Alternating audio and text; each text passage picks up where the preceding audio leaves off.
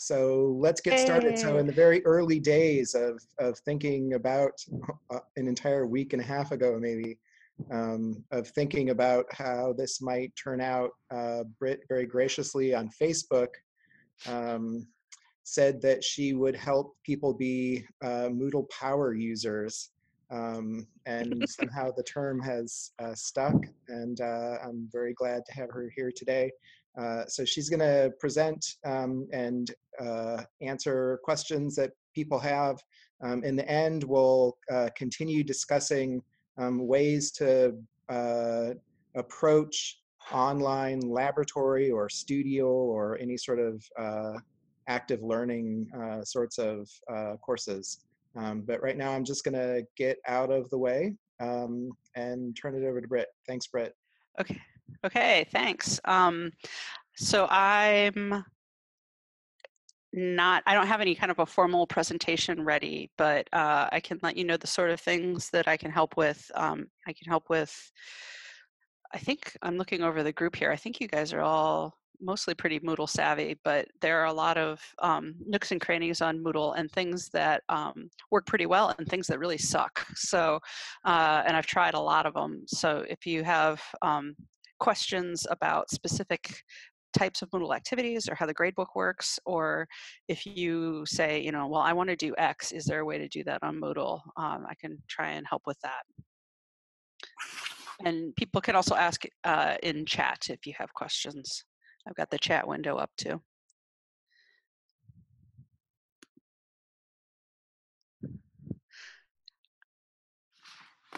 Any questions? No questions? Remember to unmute yourself before you ask so that we can hear you.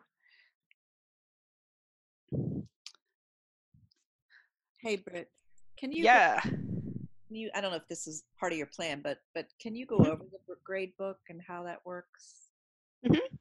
Yeah, so when you add an activity on Moodle, I'm going to go ahead and screencast so that you can see what I'm talking about. If I can remember where the thingy is.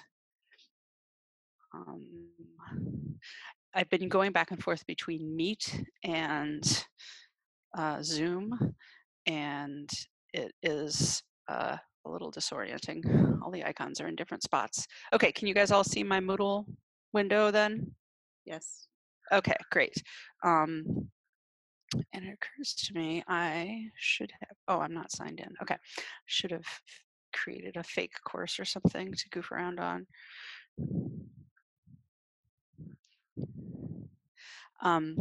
So when you create a activity on Moodle, you can, if it is a graded activity, it's just going to automatically appear in the gradebook. I wonder, Adam, is it possible for you to slap up a fake site or give me instructor access to a site that I can play with? Yeah, give me just a minute. Okay, you're awesome. Okay. So that's one way to have stuff appear in the gradebook. Another way that you can do it is by adding grade items. So these are things that appear in the gradebook, but they don't have a corresponding activity that appears on the main page of Moodle. So for example, if I was going to give a quiz in class, I could put it as an assignment on the main page of Moodle, and then students would see it when they look on the main page. If they clicked through, they could see what grade they had been given on it, or they can also see it in the gradebook. And see the grade that they got through the activity there. Or I could just create a grade item and then just have that column appear in the gradebook with no corresponding thing on the main page, and I could go in and enter the grades that way. So I think that was one of the stumbling blocks. Who was I talking to? Robin, I guess. That, what the heck is this grade item thing? And if you want to, you can group activities and grade items together in categories. So the way I usually do my classes is reading quizzes are going to be 10% of your grade, and it doesn't matter how many of them there are or how many points are in each quiz. I just put them together into a category and tell it to have that category be 10% of their final grade, for example. So does that help for a start, Donna, until I can actually show something to you? Yeah. Yeah. It'll look a lot, it'll be a lot easier if I can just, Yeah, show you guys. I'm It's, sure. I'm not teaching anything this semester, so I don't have an example course to show you on. And I probably shouldn't have my students' names up on my screencast anyway, so. I also have I the tried to same use question. the gradebook after I talked to you briefly, Britt, and it was still a nightmare. It all Uh-huh. scaled things in these terrible ways, and I was Yes. like, "Why? I have one item in there, and it was giving me a different percentage than the actual number was." Yep. So I am very, very looking forward to seeing how to not make it a complete nightmare. Okay, I can try that. Sometimes it's a little tricky. Yeah, I've had the problem. What I don't like about the gradebook and using the grading is the I don't typically give percentages to individual assignments. I give so many points out of so many points. I mean, obviously I can do the math, but for Moodle, it makes you give a percentage. And is there any way to change that, or is that just the default? I think so. I think if you go into the gradebook settings, you might be able to change that, but we can try it out. From previous experience, that if the numbers in there are shifting, it's because you haven't locked them in. So you have to lock the percentages in, and they have to add up to exactly 100. Otherwise, it recalculates, and then everything kind of like blows up. Yeah, Joseph is correct. If you've only entered percentages, say for some of your categories or grade items, then it tries to adjust everything in a way that probably seemed intuitive to the programmer, but doesn't make a lot of sense to most users. I think including me. You can get around a lot of that using the categories and putting individual things into categories, right? Yeah. Oop, okay, sorry. Hey, Britt, I just gave you access to a course. Awesome. You're my hero. Thank you. Oh, it's the Lord of the Rings course. This is my favorite. Okay, cool. It's a bit of a mess, so sorry. Yeah, well, we'll see. That's what most people feel looking at their Google pages, right? Okay, so here's what the gradebook looks like. And you can see that some of the stuff that you saw on the main page is in here. I don't know what these things are, but they're grayed out, so probably they don't get grades. And right now there just aren't any grades entered. But you can enter them either by going to the activity itself or by clicking on that little pencil in Gradebook. And I'm gonna, oops, no, it's not letting me modify it. But there's a bunch of grade items that I have hidden okay. on the course page. So anything that's grayed out is a created assignment or activity that has been hidden on the main course page, which is why you can't submit grades to them. Okay, cool.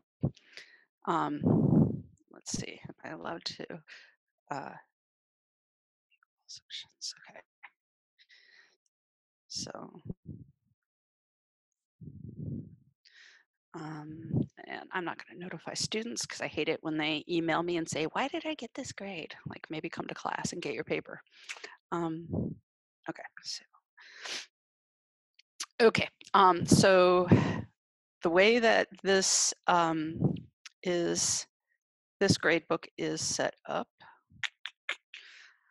See, you call yourself a Google or a Moodle power user, and then you get screencasting and are trying to show people things, and you're just gonna show everybody what a big lie this is.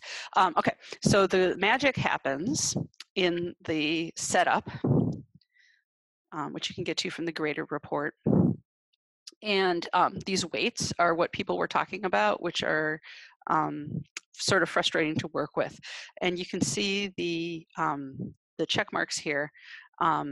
Those mean that you have entered a weight manually. If you take that off, then Moodle will try to guess at what the weight should be based on like the sum of the points that you've assigned. So in this course, attendance is 20%. This H5P stuff is, which I haven't played with, is worth 13%, and then the exams are worth 50%, and then we've got a test that's floating around here. And what people are talking about is a little bit frustrating, is if I go in here and try to change these around, they may or may not stick. So I'm changing that first category to 5%. Ooh, it's sticking. Okay, well, that's exciting. That usually doesn't happen. But what you need to do is make sure that you've got everything in here. At least you have all of your categories in here. So categories are things that have this little folder. Oh, maybe if I try to change the folder, that's when it'll really blow up. But make sure you have all your folders in there. Like Joseph said, make sure all of your folders, oh, it's being so stable. Why is it not? It's like when you take your car to the mechanic and it won't make that noise anymore. But make sure everything's in categories, and then set the percentages to the categories so that they add up to 100, and then hopefully that'll stay stable.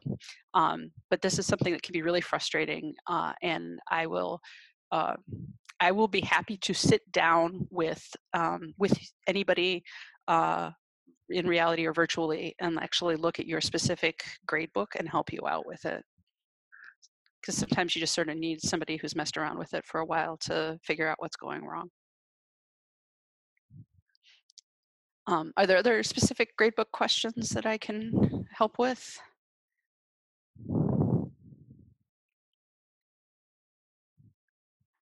To be honest, my general strategy is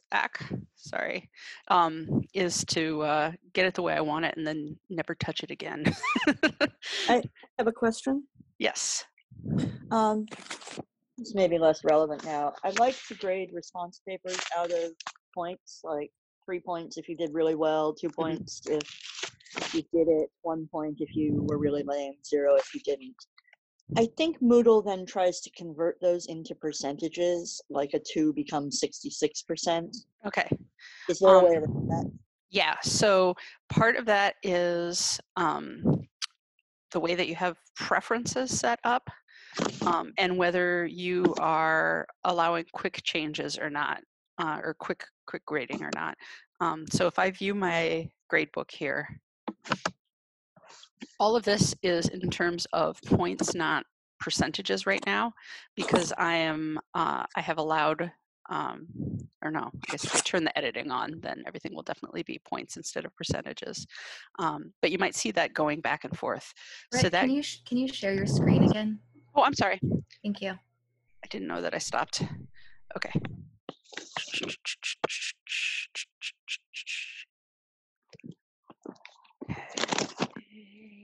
Google.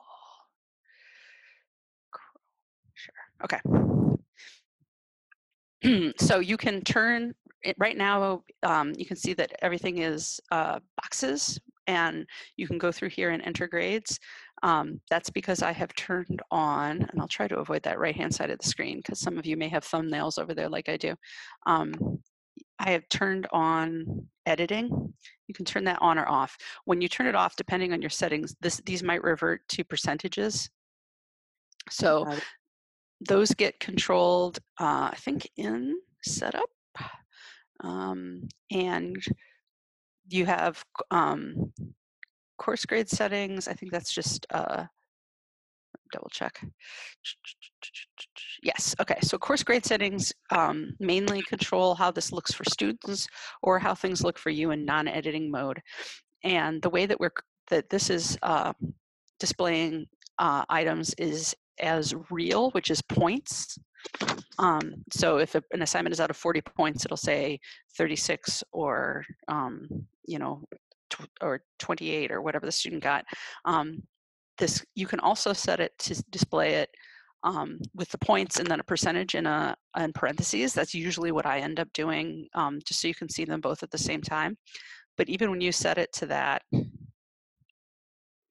go back to the gradebook so you can see how it's, so this response must have been out of 100 points. Yeah. So this was a grade out of 100 points. And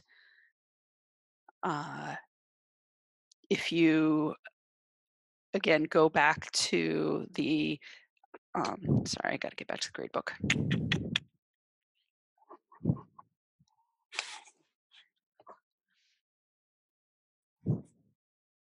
So again, if I go back to and turn the editing on,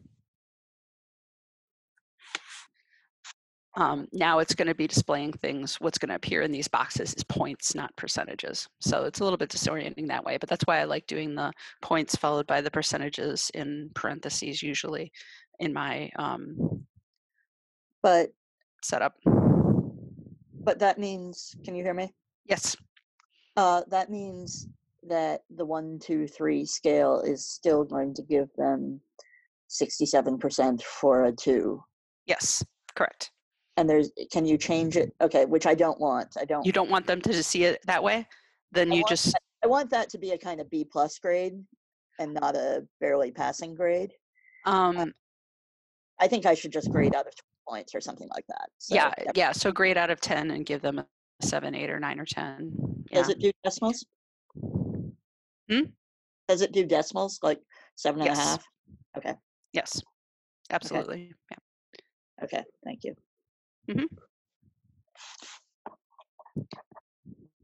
Okay, some folks in the chat were asking about forums, but are there other questions about Gradebook before we switch over?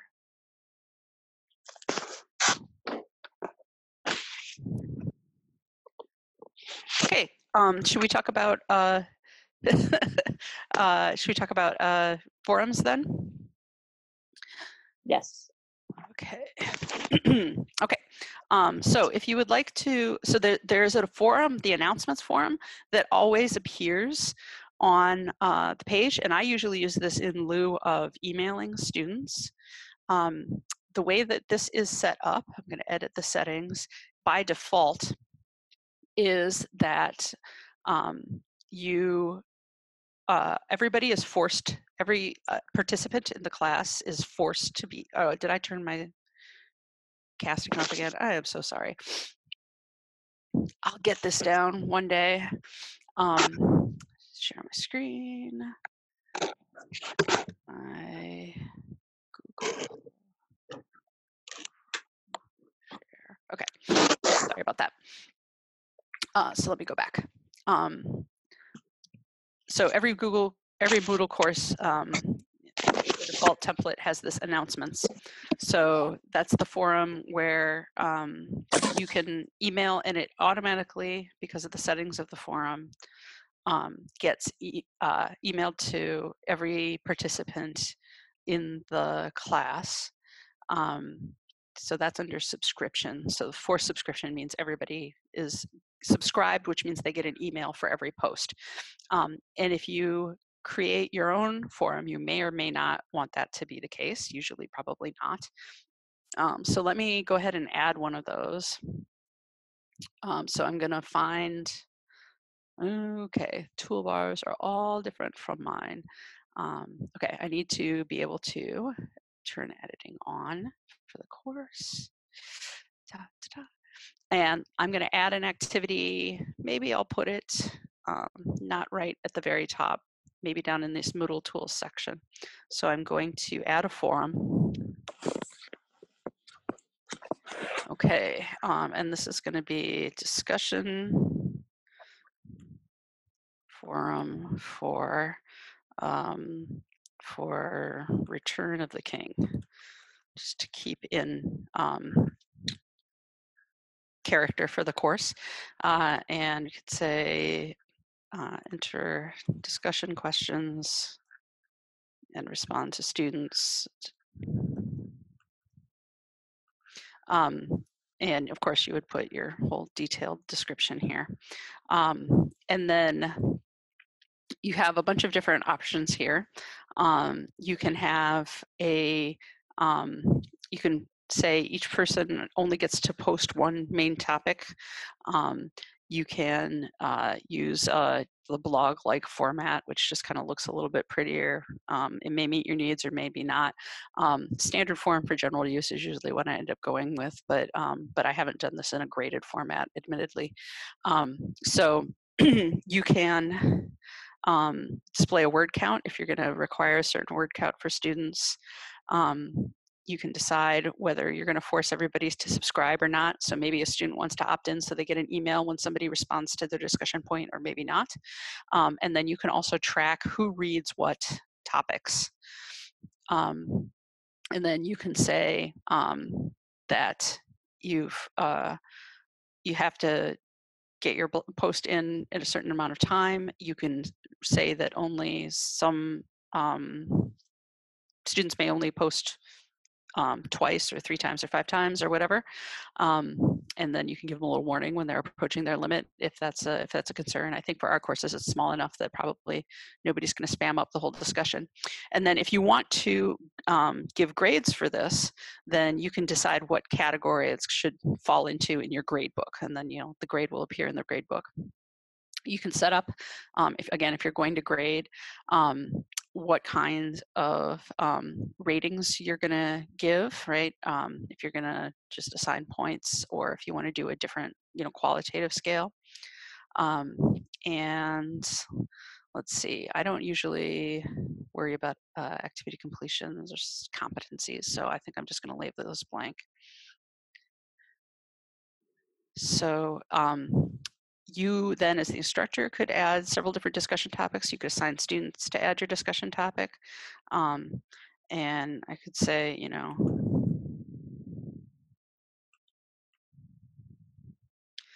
and then, so your subject is like the subject line of your email, and then I can give you a really detailed discussion here.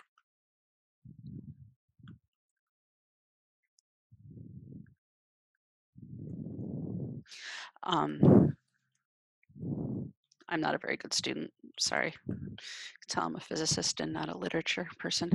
And I can post that up there. And then another participant could then come in and see my post and then add a reply and say,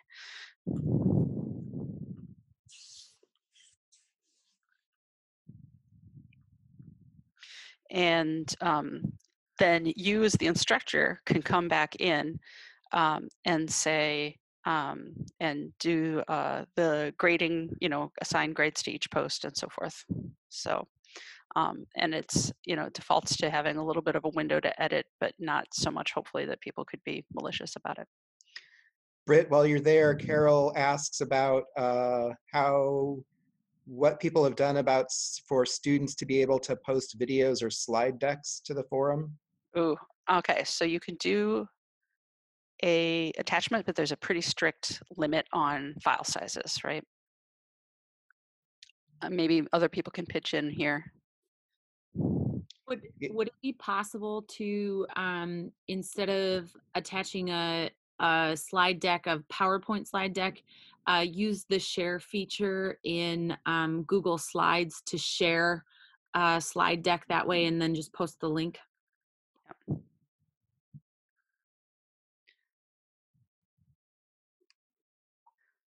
So I could say I want to share my Frankenstein.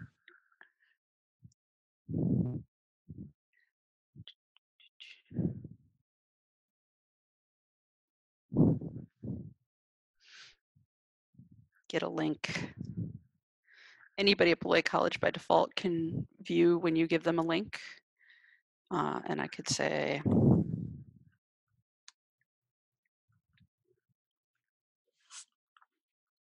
you're welcome for this content, Adam.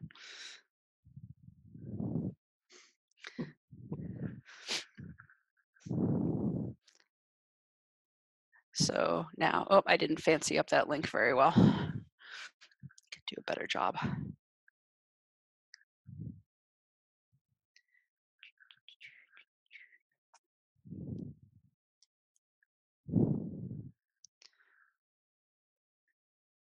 And then you can follow the link to the Google Slides. And presumably video could work pretty much the same way if you were linking to video in Google somewhere. Right. On YouTube, or I don't know. I know I just made Robin's skin crawl. I'm sorry.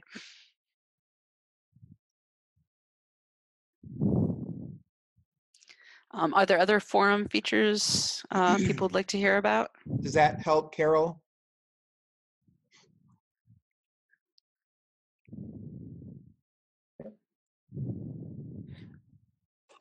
Britt, maybe since we're, this is Jason, maybe since we're thinking about links and kind of audio visual things, are there ways to embed like local video we might have on our desktops, like non-YouTube kinds of things into Moodle?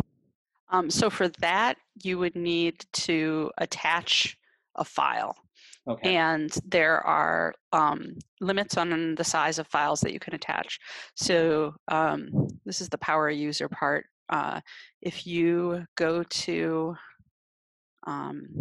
course administration, and you can edit the settings for the entire course, then there's an option in here that's files and uploads. And you can set the maximum upload size, but as you can see, the maximum limit is very small. So we're not going to be hosting a lot of video on Moodle. Right. And that holds for instructors as well. Like I can't post a bigger video, bigger file than that on my own site. So Britt, one of the things that I found really useful for this kind of stuff is anything that I'm sharing on Moodle, if I'm posting it to my page or having students upload to Moodle, I link it. I link everything to a Google folder, or you could also put your video on your, so for the videos that I'm posting for class, for example, I'm posting a link to that video in my Google Drive. Right. So I could go to Google Drive and say, I'm going to create a new folder. And I'm going to call it Lord of the Rings 101. I think actually that's a 200 level class. Oh no, it's 100. Okay. And then I will make sure that my settings for this are so that, looking at advanced, right now it's private, only I can see it. I can change this so that everybody at Beloit College can see it, for example, or everybody who has a link. Or if you want to be very careful and keep it locked down, you can add every student from your class to that folder. And then you could dump all your materials in there, as Rachel says, so there's sort of one-stop shopping for students, or organize them in folders however you want to in here. Let me make a new Google Doc in here. That is,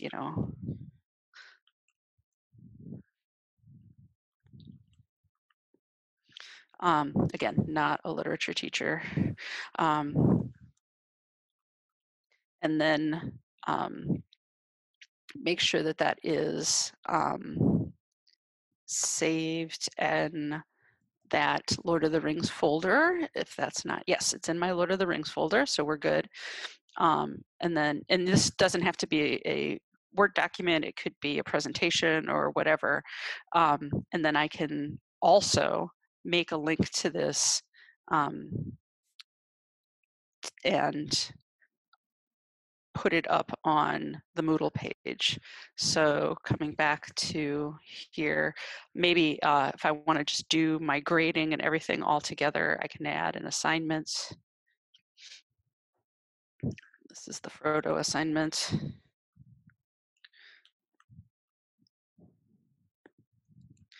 I can say, go to this link, fill out the worksheet, and scan and upload it. And then this is very bad linking practice. Don't do this. I'm just going fast here. This should be a more descriptive name is what I'm saying. And then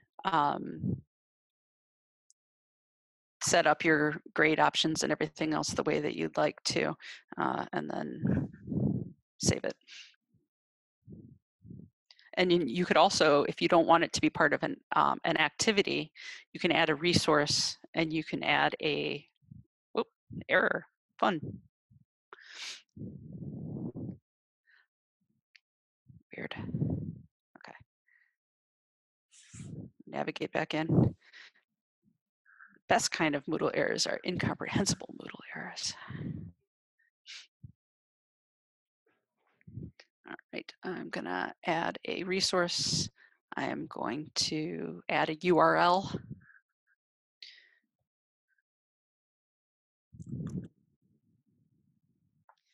And then just paste my link in there. So there are multiple ways for the students to have access to that same document. They could go directly to the Google Drive. Oh, you know what I should do? So I should have a link to our Google Drive. You could say all class materials are also stored here. And then again, I want to put now not the URL of a specific document, but rather a link to the folder itself. And of course, test all these. It's super easy to just end up with the wrong thing on your clipboard. But then when students come to the class, they're going to see, oh, here's a link that goes right to our Google Drive. And then they'll be able to see all the materials that you've placed there. Excellent suggestion, Rachel.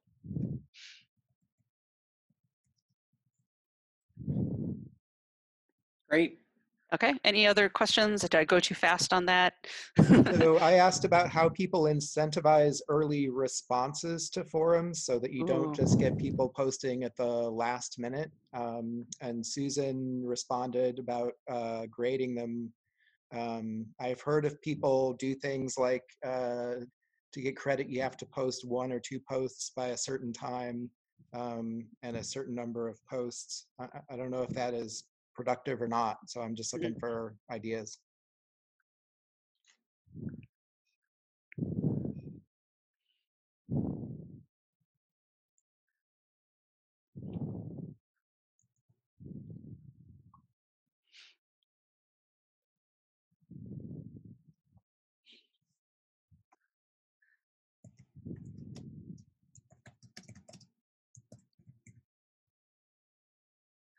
Yeah, so there's, I don't know, I think activity completion is a whole other thing that's much more of a, the sort of course where people are working at very different paces kind of a thing.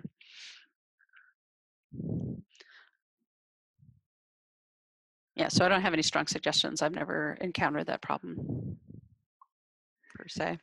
I was intrigued. Can you hear me? Mm-hmm. I was intrigued by the forum option that was question and answer, where yeah, let's see what that looks like. Apparently, they can't see other people's answers until they've answered it, which maybe saves the repeating what the person just said. I mean, there's probably more repetition actually, but at least it's not them just cribbing from someone else. Has anyone used that? I've used the Q&A. Yeah. Form. It's nice for literature class discussions, especially, but they have to post and it takes a bit of time before they can see everybody else's responses. So one thing that can happen is that they'll post their responses and they won't go back and read other people's responses. Okay, I see that. So that's the downside to it. So I don't have a direct experience from Moodle here, but my previous institution, I did this with Canvas. And I would say that you had to post something by midnight the night before class, for example. And then they wouldn't be able to see anything until they had posted. And then they had to comment on 2 things before class at 3 p.m. the next day or something like that. Okay. So I have found this staggered where if they don't submit, they can't see anything. It did force them to come up with something that wasn't just them riffing. Yeah, good. And by the way, so I'm looking at this as the instructor, right? If you want to see what things are going to look like to a student in the administration menu, down here there's switch role to, and you can click student. And then that appears on my little badge up here. So now I'm seeing what a student would see if they came to that forum. So obviously I can like see all of my own replies. But I don't have all of those editing options that you saw that were available for the instructor. They do have a little bit of latitude in how stuff gets displayed to them though.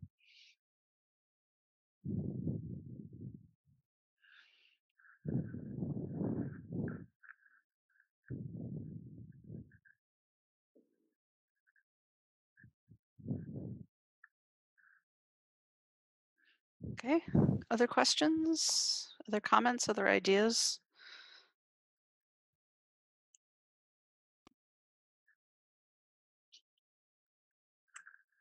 Okay, I need to plug my computer in. Sorry, I should have done this before. So I'm going to mute for a sec.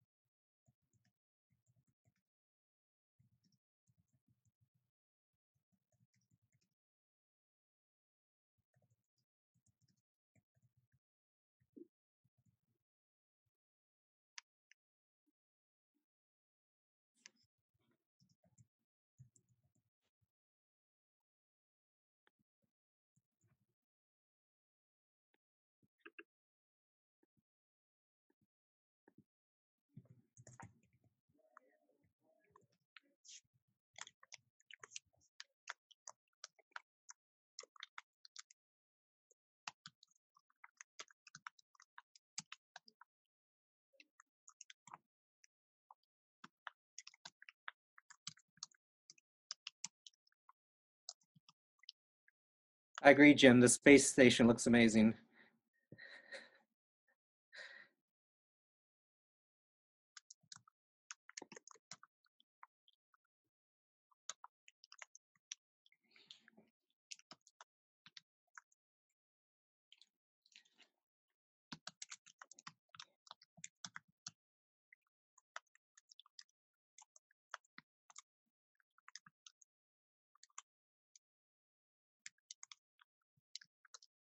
Okay, sorry, I'm back.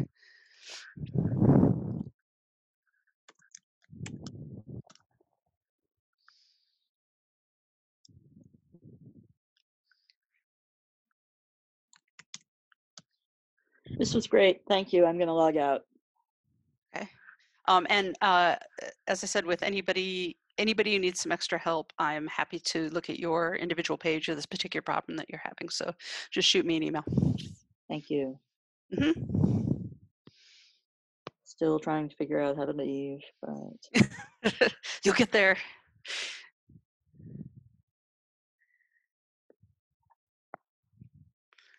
leave meeting. Okay. There she goes. All right.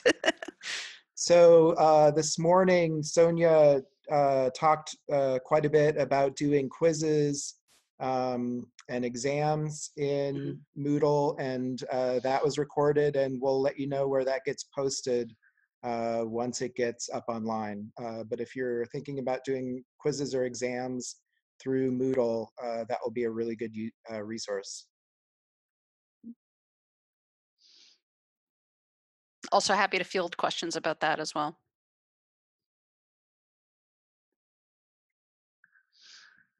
Random question, Britt. So is there, just because there seems to be so much on Moodle that I didn't know about, is there like a favorite thing that you think nobody knows about on Moodle that's really useful?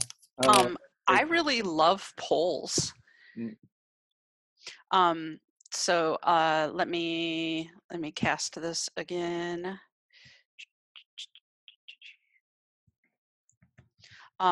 So this is just a quick way. Actually, I don't think they're even called polls. What are they called? It's just a quick way to get some information, and it's a little bit tricky, so it's worth going. Oh, I'm still a fake student. So I'm unstudenting myself. I'm returning to my normal role here. And you can add, turn editing back on. I can add an activity.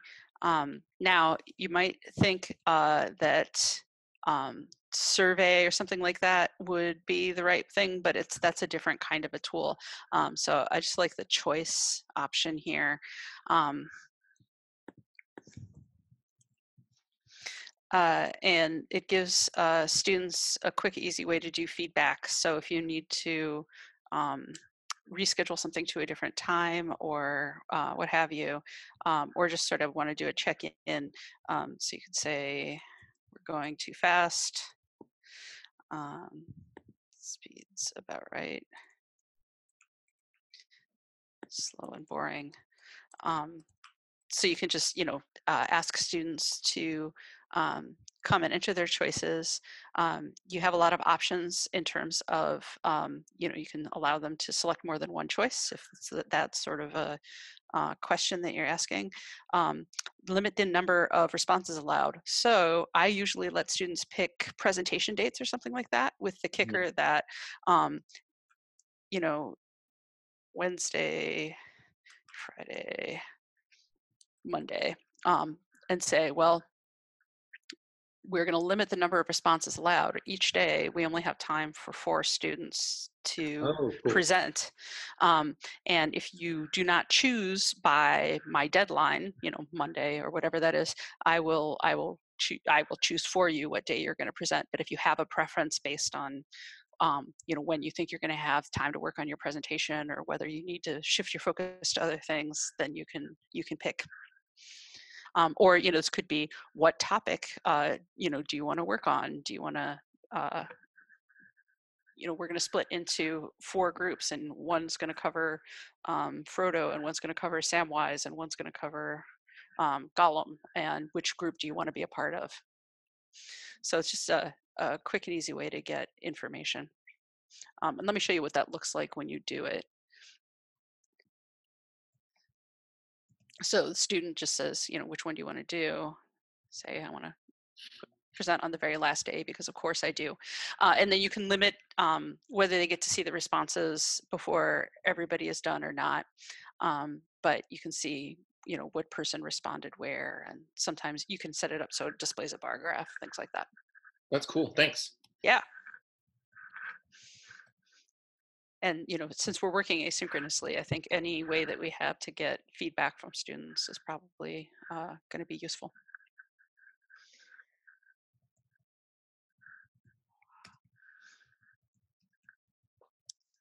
Anybody have other questions or comments? Carol mentions that you mentioned at the beginning that there are some features that suck. Yes. Which are those? The wiki sucks. If you are going to do a class wiki, I strongly recommend you use an externally hosted wiki. Be careful, of course, with privacy concerns there if you're putting student work on a server outside the school.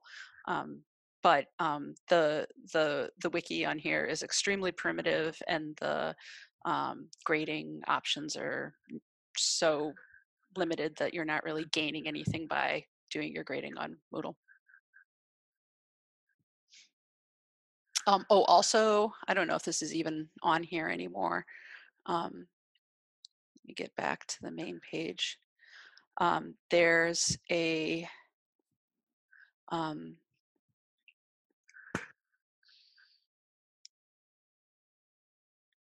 okay, yeah, it doesn't exist anymore. Don't worry about it. There was like an in-class polling thing that was, every time we did it, it just like dragged the server down and like a wounded gazelle. So we do not do that anymore.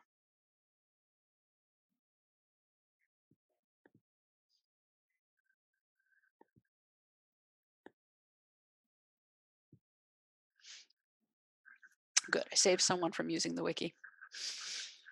My work here is done.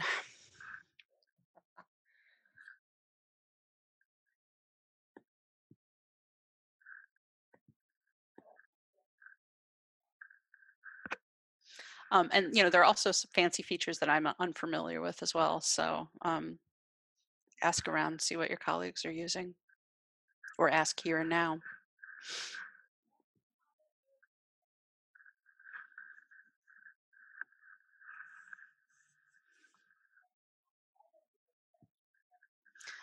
I just realized I'm making all these faces and gesticulating and nobody can see me. So.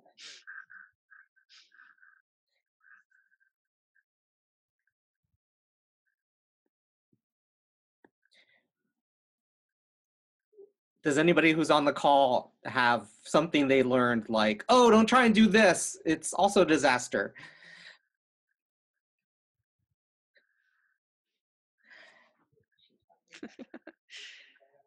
I know they have to be out there somewhere. Maybe they don't want to share with us. I don't know if you talked about this at the earlier Moodle meeting, but having students submit handwritten assignments like problem sets, stuff that's hard for them to produce electronically. What I did when I had assignments like that was I asked students themselves to tell me, what's your favorite way to turn your handwritten page into a PDF and get it up onto Moodle, and write out step-by-step instructions for other students, and I gave some extra credit for that. And that was really useful because they had a huge variety of different tools that they were using. I always just recommend using Cam Scanner, or the Dropbox app has a really nice scanner built into it. But students had lots of different clever ways that they were going about doing that.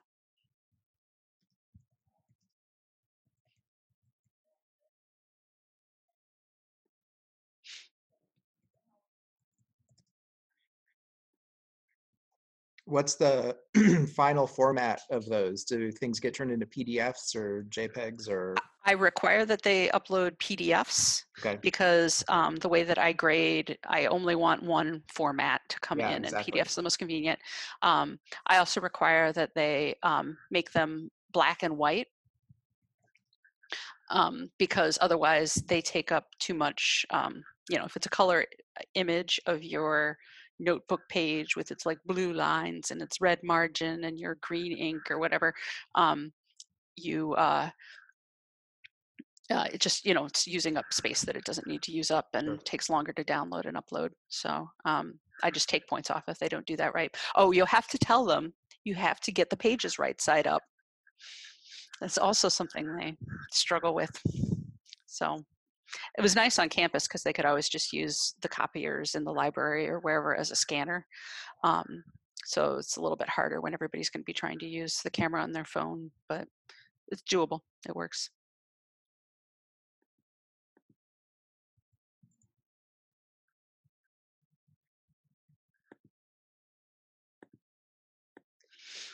Any other questions or things that people would like to share about Moodle?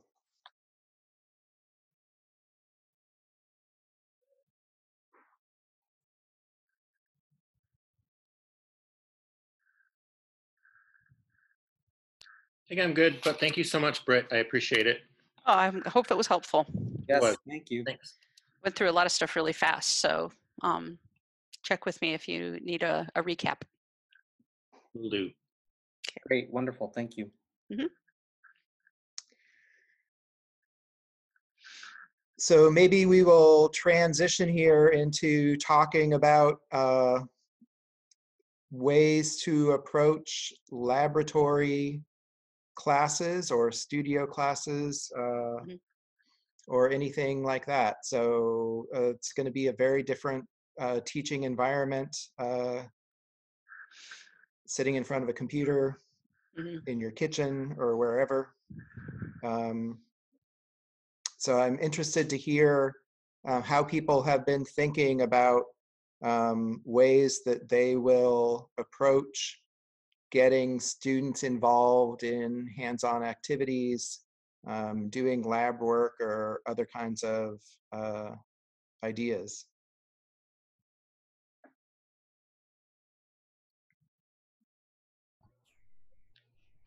So one of the things that I was hoping to be able to do was to take Ron Ping up on his offer to do some video recording. One of the labs that we do, or a couple of the labs that I do for my intro biology course, I'm thinking I can myself kind of run the lab and show the students how we would do it, and then collect the raw data and then give them the raw data. I'm only planning on doing that for a couple of labs, but that was something I was hoping to be able to do.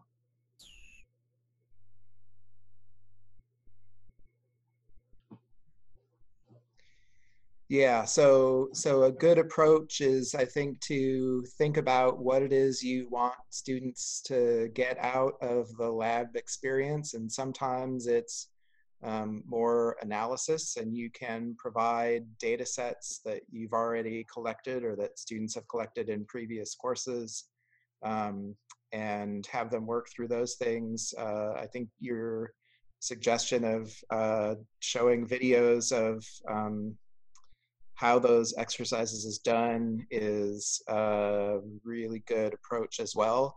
An email just came out this afternoon that looks like they're going to want people off campus for, I don't know, I haven't read the full email, but it sounds like we're moving towards just getting everybody off campus. And so having access to the lab ourselves looks like it's going to be a big question. I'm not sure how long that's going to be possible, but it looks like as soon as Sunday, they want faculty to be off campus.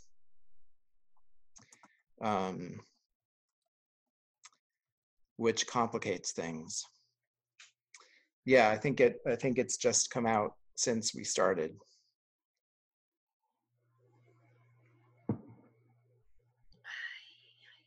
Yeah. Sorry, I didn't unmute myself.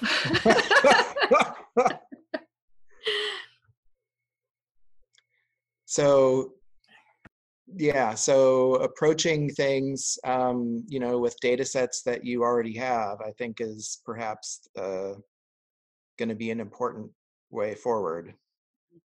Can I make a suggestion? Absolutely. So this could be a lot of work. It's kind of a retooling thing, but there is the citizen science site, Zooniverse. So let me share my web browser with you. So it's places where different labs have uploaded different types of data sets, and you can go in and help scientists by doing the sorts of tasks that human eyeballs are good at and computers maybe are less good at. I got to see if I can I get to my stuff that I've done? But there's, yikes. So there's lots of different areas. I'm going to go to the astronomy one because, you know, astronomy. They're showing it to us. Okay, sorry. You might have to explore around yourself. But for example, there's a galaxy classification exercise that I do in Physics 130, Intro to Astronomy, where they see a picture of a galaxy and they have to classify whether it's a elliptical or a spiral or an irregular galaxy. And it just gets, I don't know, it's just kind of really nice to have them go through lots and lots and lots of data and sort of see, this is real data, these are real images of the sky, and to make a real contribution to the science while they're doing it. And, you know, I've got a little worksheet guide that goes along with it that asks them to talk about the criteria they're using for classification and make a table of what kind of, you know, what different galaxies they see. And then we can get together as a class and say, all right, what types are most common in this data set? Does that mean they're most common in the sky, right? Can kind of engage at those kinds of scientific questions. And those kinds of things are also possible in things like Google Earth, where it's not directly feeding into somebody's project, but is still a place where you can have people interpret images and things like that.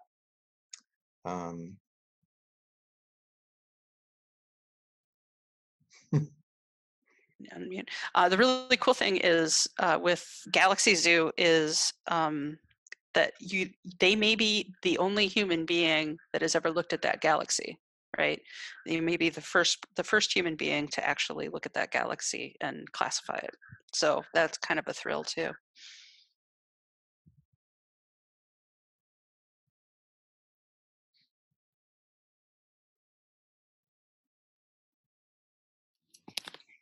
And the geography thing, the British Library has, and other websites with many collections of maps have an online georeferencer, so you can play with looking at old maps and then georeferencing them to like a Google Earth or to a digital model. It's also lots of fun, and it's also contributing to to knowledge generally. So that's a fun one. Where is that? I'll share a link in the chat box in a second. Great, thank you. There are also links, and I can send more to anybody who wants more, on the Google Doc resources sheet that's been shared of online sources of lab simulations, or Earth simulations, or of laboratory experiments that are available online electronically. There's also a journal I'm not familiar with that is, but it doesn't have a subscription, unfortunately, but it's like the Journal of Online Experiments or something, where people do demonstrations of experiments, and they're posted online, and they can be used for courses that way. So I just sent a link to PHET, P-H-E-T at Colorado. Again, lots of sciences are represented there. They got a lot of good physics stuff, which is how I know it. And they're mostly not animations, but rather actual simulations, so that there's physics built into things rather than just you're like basically looking at a video of a foregone conclusion. So there's a bunch of stuff in here that I use as a supplement to a hands-on lab, but that could take the place of a hands-on lab. So like there's a circuit building kit. So you can like get a light bulb and battery, and some wires, and make the light bulb go on. And if you want to, you can hook up too many batteries to your light bulb and set it on fire. You know, it's a pretty fun time. Hey. Yeah, the same site has a really good glacier simulation where you deal with glacial budgets and snowfall and mean annual temperature to keep track of glacial advance and retreat, and you can generate end moraines and recessional moraines as glaciers are growing or retreating. The one problem can be getting it to work on computers. Yeah. Much of their stuff has moved to HTML5. Okay. And that stuff will run in any browser. There's other stuff that is Java. So all these little coffee cup doohickeys, those are bigger pain in the butt to use.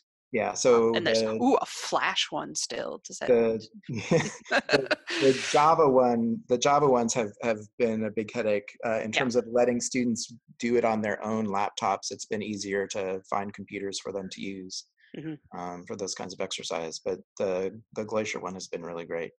I do that in my intro course. Yeah, it's been my experience as well.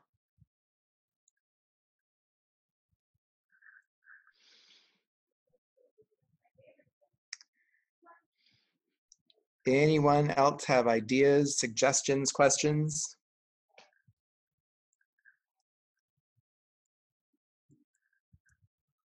I highly doubt this is relevant to most anyone else, but one of my intro courses is a lot of dissection, so I've just been able to find YouTube videos that I've been able to assign.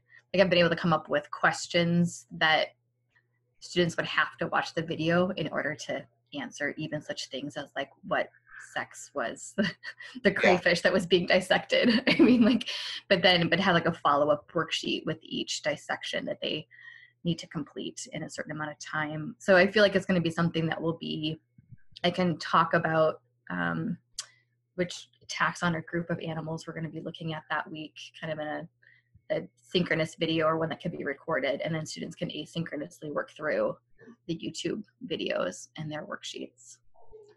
So most useful thing that I've been coming across so far has been discussions on listservs and things of scientific associations, where people are sharing resources because you've got a lot of people in one place who all have to do pretty much the same thing over the next couple of weeks. And so one I've mentioned before is sort of online, there's an online microscopy that's just focused on rocks. So I'm not sure it's useful directly for anybody, but where you can go in and look at an incredibly big range of materials remotely. And I'm sure those sorts of things exist for lots of other fields.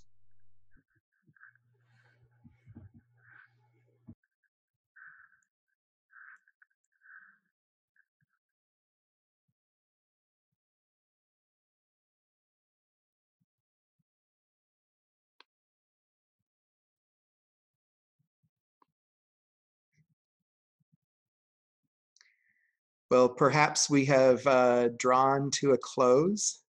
Thank you, Britt. It's been terrific. And thank you, everybody, for coming. Thank you, Jim, for all the hard work that you've been doing on the technology side of things. We really appreciate it. Sure, absolutely. It is appreciated. I admire your work, even though I'm not benefiting directly from it. Yes, well, I admire your offering to help, even though you ought to be free of such things at this point. All hands on deck. Yeah, right. Takes a village. Mm-hmm. All right. Thank you, everybody. There is a workshop tomorrow designed to provide you lots of access to LAITS people, and Carol, I think, will be present for that as well. So look for more information about that to come soon. Thanks, everybody.